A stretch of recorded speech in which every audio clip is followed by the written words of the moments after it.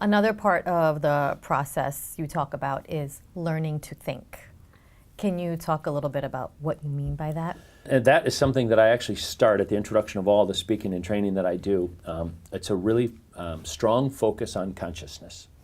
So it's really all about recognizing that, our brain works in two ways. There's a side of us which is actively aware of us, of who we are, of what we do, of what we're thinking. It's this act of metacognition, which is thinking about what we're thinking about. We can still live our life and operate and show up in a way. Jung called it operating out of our less conscious. Like for you and I right now, our blinking has been managed out of our less conscious, that part of our brain. We haven't been thinking about it. It's been happening. Personality is the same way also. We show up without thinking about how we're showing up.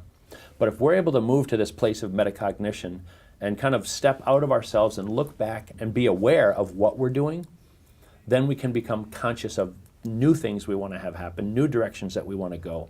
And I use blinking because it's such a great example. The fact that I'm talking about it has got you thinking about it.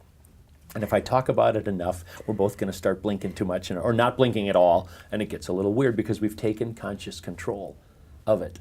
And so in terms of learning to think, it's just my way of saying learning to think is learning to think about what you're thinking about. Because that becomes the first step in saying, I live my life out of patterns. And I can't change those patterns unless I'm actively aware of what they are. I've got to pay attention. It's the classic example of buy a new car, drive it off the lot, and you see that car everywhere. I bought a Jeep Wrangler, which was my compromise between a motorcycle and a marriage. So Jeep was the answer. But what I didn't realize as I drive it is other Jeeps drive towards me and they wave. Just Wranglers. Only people who drive Wranglers. As we're driving, we wave at each other. I didn't realize it, but I became conscious of it. I noticed it and thought, hey, I guess we wave at each other. So now I do it whenever I'm driving that car automatically.